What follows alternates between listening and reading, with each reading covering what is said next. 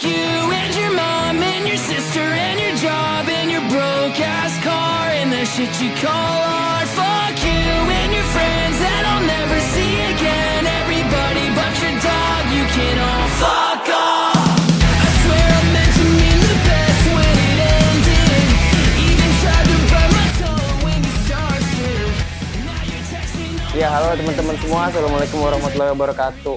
Nah, hari ini saya mau nunjukin ke teman-teman semua kalau sebenarnya naikin berat badan sama nurunin berat badan itu sebenarnya nggak susah kalau tahu caranya. Terus kalau mau konsisten kayak gitu ya, karena kita juga nggak tahu rumusnya, kita nggak tahu caranya, makanya susah. Nah, hari ini saya mau bikin challenge selama 1 minggu ke depan lah, gimana kondisi badan saya, atau 1 sampai 2 minggu ke depan, gimana cara naikin berat badan dengan sehat ya, terus juga prosesnya cepet dan aman. Nah, teman-teman juga harus tahu dulu gimana cara ngitung kalorinya, kebutuhan protein dan lain sebagainya kayak gitu.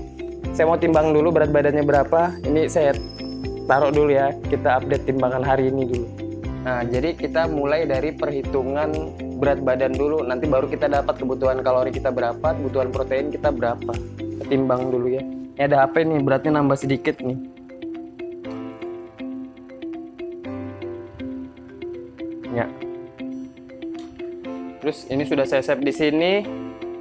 Nih, kayak gini dia. Ini kita catat di sini.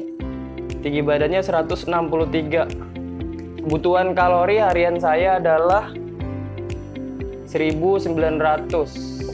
Protein, cara ngitung protein itu dikali 2, berat badan dikali 2. Berarti kalau 56 dikali 2 berapa nih? 2 kali 6 2 kali 5 10 112 per hari. Program latihan. Nah, kalau program latihan saya biasanya 3 kali seminggu. Jadi kunci buat naikin berat badan ini jangan fokus sama lemaknya aja, fokusnya di massa otot. Jadi kalau kita olahraga 3 kali seminggu, massa otot naik, nafsu makan banyak, terus massa lemak juga ikut naik. Itu bagus sih buat awal kayak gitu ya. Pokoknya intinya kalau pertama, kebutuhan kalori saya adalah 1900. Kalau saya mau berat badan saya segini aja, berarti saya tetap mengisinya sebanyak 1900. Tapi kalau saya mau naikin berat badan, berarti saya harus ngisi lebih dari ini. Misalnya saya masukin 2500 sampai 3000 kalori. Nah, ini akan berpotensi untuk menaikkan berat badan. Tapi kalau untuk diet, ini orang harus mengurangin kalori dari 1900 di bawahnya. Mengurangi 200, mengurangi 300, 400 atau 500 ya. Jadi kalau saya mau menaikkan berat badan berarti saya harus ngisi lebih dari ini. Misalnya di angka sini. Nah, dengan pola makan yang banyak tapi nutrisinya cukup. Dengan gizi tinggi. Jadi kalau mau naikin berat badan itu jangan cuma makan banyak aja ya. Nah, makan banyak ini juga harus diperhatikan. Makan banyaknya ini nutrisinya harus cukup dan juga bergizi tinggi. Jadi makan banyak, berat badan naik, kita dapat sehat. Kayak gitu ya. Oke. Nah, kita bisa lihat kondisi badan saya hari ini kayak gini dengan timbangan sekian.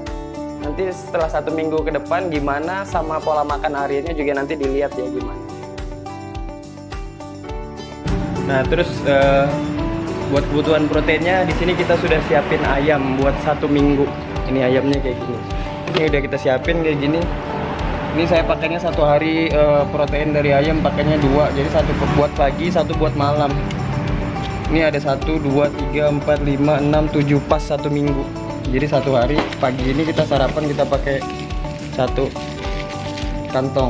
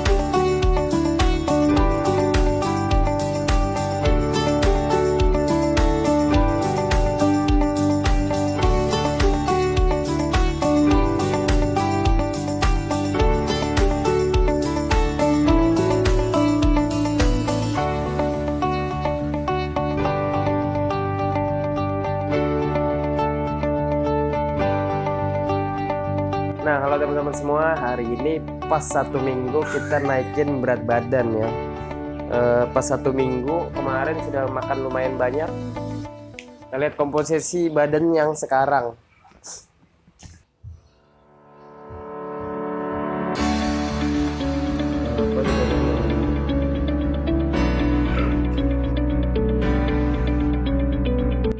Nah teman-teman ya, jadi saya yang mau nunjukin ini perubahannya. Ini yang minggu lalu, Kamis minggu lalu, ini yang Kamis yang hari sekarang.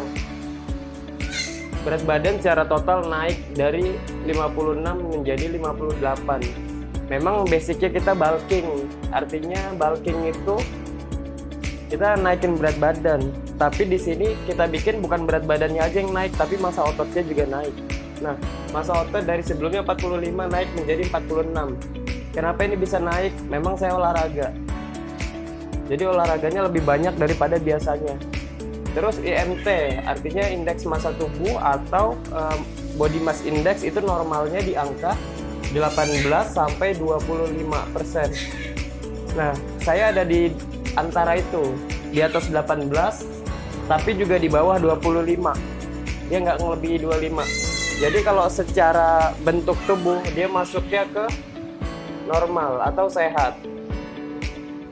Kecuali yang di atas 25, di atas 25% ke atas. Untuk laki-laki 30% IMT-nya dia masuk ke kategori gemuk. Nah, ini saya berada di angka normal yaitu di 22. Nah, bisa kelihatan kan bentuk badan juga nggak terlalu gemuk, juga nggak terbilang kurus. Terus kadar air di sini berkurang sih, mungkin berapa hari karena fokusnya di diet, jadi airnya agak kurang juga. Tapi nggak apa-apa, ini nggak jadi satu patokan khusus ya, karena fokusnya di sini.